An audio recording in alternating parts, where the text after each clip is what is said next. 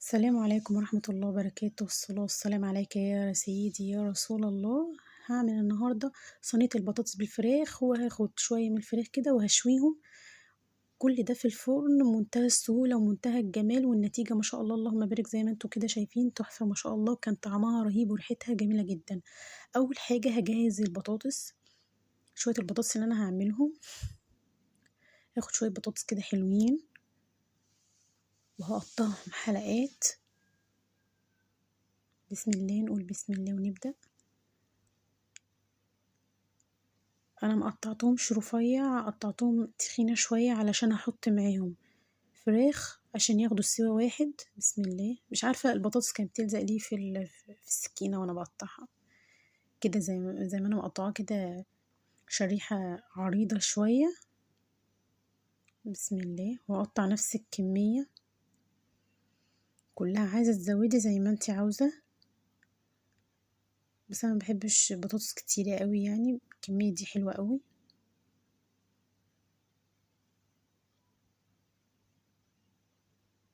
زي ما قلتلكوا انا مقطعاها عريضة شوية علشان تاخد سوا الفراخ في نفس الصينية.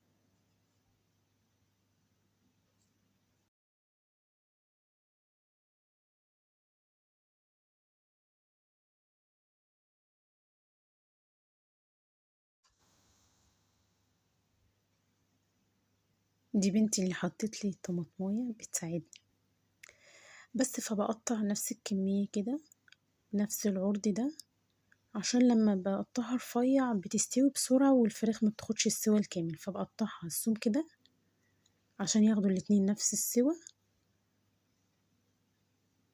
وتستوي كويس، وما تهريش مني البطاطس، والفراخ تستوي معاها كويس، عشان انا هعمل كلهم في صينية واحدة.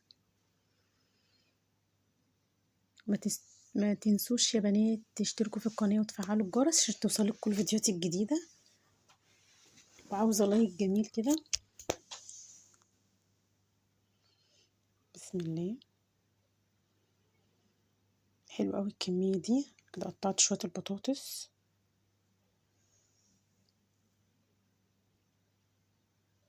وهقطع معاهم شوية طماطم، يعني مش كتير عشان انا هضرب لها طماطم برضو في الخلاط. بقطع 4 5 طماطمية حلقات كده، انا عاوزاهم حلقات زي البطاطس، زي ما بقطع البطاطس بقطع الطماطم.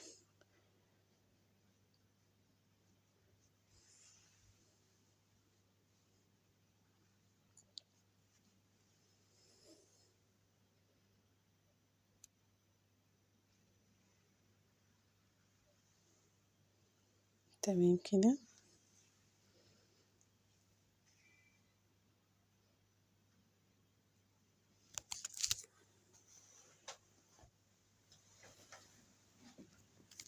بقطعهم كلهم حلقات كده يا بنات.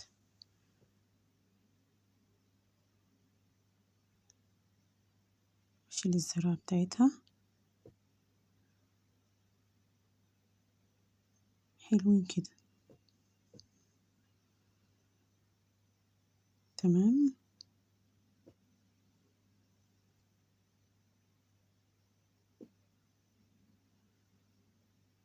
خدت بصلاية صغيرة، مش هزود بصل عشان انا كنت متبلة الفراخ قبليها من امبارح.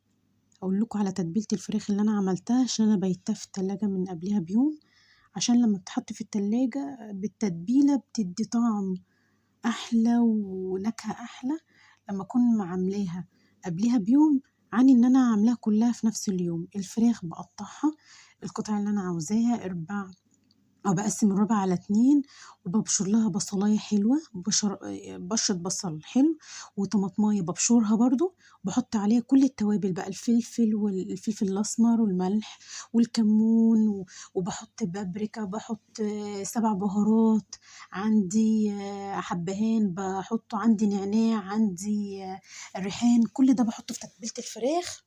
وبدخل التتبيلة في جلد الفراخ، وبحطهم كلهم في طبق حلو كده، بسيبهم في التلاجة قبلها بيوم. بتدي نكهة وطعم حلو قوي للفراخ لما اكون متبلها قبلها بيوم. بعد كده انا جبت الصينية اللي انا هعمل فيها صينية البطاطس بالفراخ، وحطيت اول حاجة البصلاية اللي انا مخرطاها، وحطيت شوية زيت على الصينية من تحت عشان انا مش هحط اي مادة دهنية، هتبقى الفراخ بس اللي هتنزل الدهون اللي فيها. وحطيت رصيت البطاطس، وهرص فوقيها الطماطم اللي انا مقطعاها حلقات. بسم الله. رصيتهم كده ووزعتهم.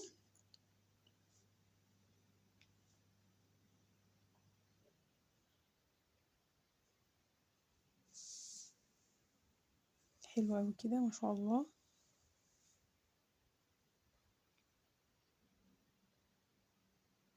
انا كان عندي 3 4 فصوص توم، قطعتهم حلقات كده صغيرين وحطيتهم في الصينية. بتدي نكهة حلوة قوي، التوم بيدي نكهة ما شاء الله، بيدي نكهة جميلة. رشيت رشة ملح بسيطة عشان انا متبلة الفراخ، يعني ملح للبطاطس.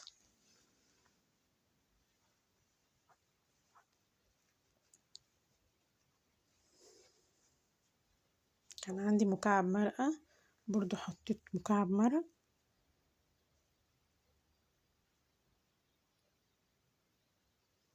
ورشة ملح، رشة فلفل اسود. يبقى انا حطيت الملح ومكعب مرق وفلفل اسود. وحطيت كام ورق لور. انا ما زودتش عشان الملح ده للبطاطس. الفراخ متبله قبلها بيوم، حطها في التلاجة هي بنات الفراخ. كنت متبلاها زي ما قلت لكم، البصل وبشر طماطم والتوابل. بصوا حطاها ازاي، وحطاها في قلب الجلد. يعني زي حشيها كده التتبيله بتاعتها، وسايباها قبلها بيوم في التلاجة. عايزه اقول لكم ما شاء الله بتبقى طعمها حلو ونكهتها حلوه وشاربه من التتبيله. بتبقى حاجه كده اللهم بارك. هاخد جزء من الفراخ دي هحطها في صينية البطاطس، والجزء التاني هعمله في صينية لوحديهم برضو في الفرن. الموضوع سهل جدا. هرصهم كده فوق البطاطس. بسم الله.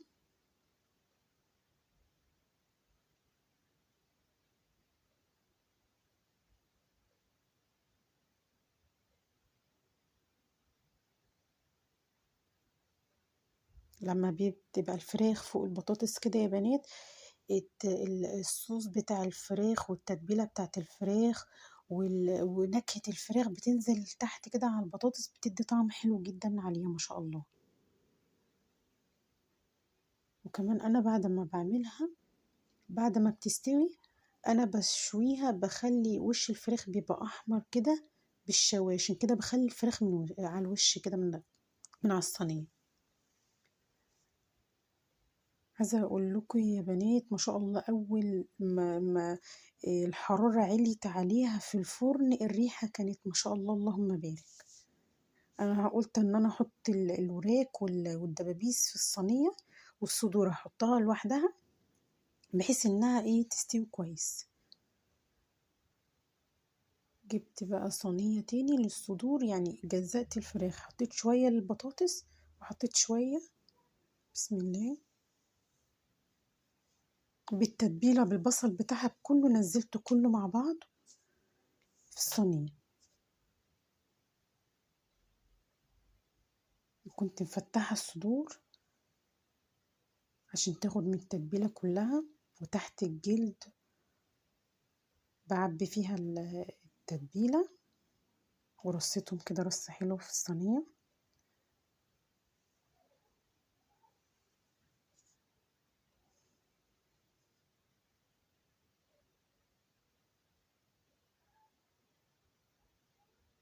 بخلي وشهم كده الجلد بتاعهم على الوش كده.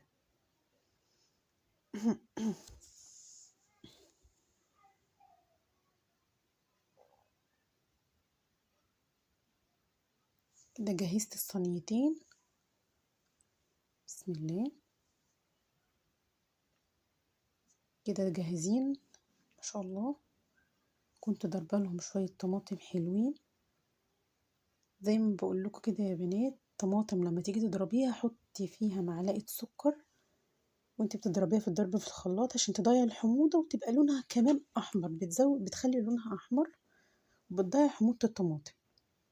حلوة قوي كده. رشيت حطيت ضرب الطماطم على الوش كده. حطيت شوية في صينية البطاطس وشوية في الفراخ المشوية، وزودت مية بحيث انها ايه، ميتها. ما عندك شوربة لحمة او حاجة بتزودي، ما كانش عندك زودت مية عادية جدا. زودتها كده.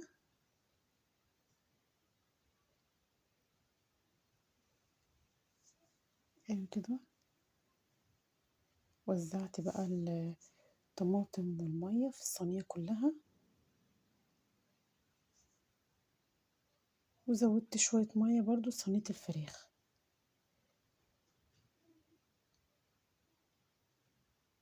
حلو اوي كده ما شاء الله.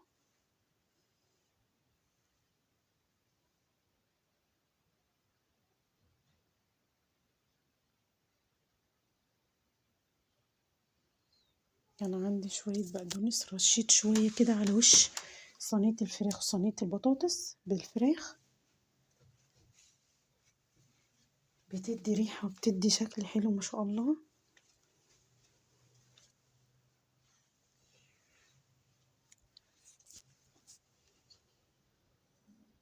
وكده الصواني جاهزة ان انا ادخلها الفرن.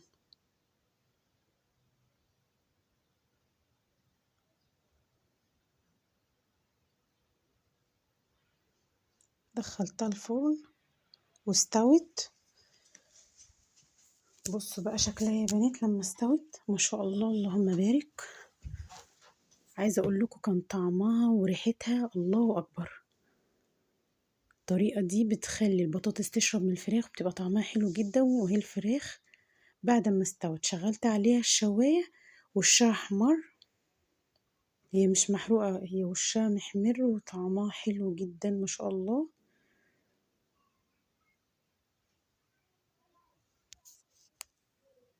انا بطلعها من الصينية. بصوا ما شاء الله، زبدة زبدة، مستوية حلو جدا. وادي البطاطساية، بصوا اختبرها لكم، كانت مستوية كويس ما شاء الله. بسم الله. مستوية حلو جدا ما شاء الله. والفراخ عايزة اقول لكم زبدة ما شاء الله، كانت مستوية كويس جدا. بس كان داخل فيها على طول ما شاء الله.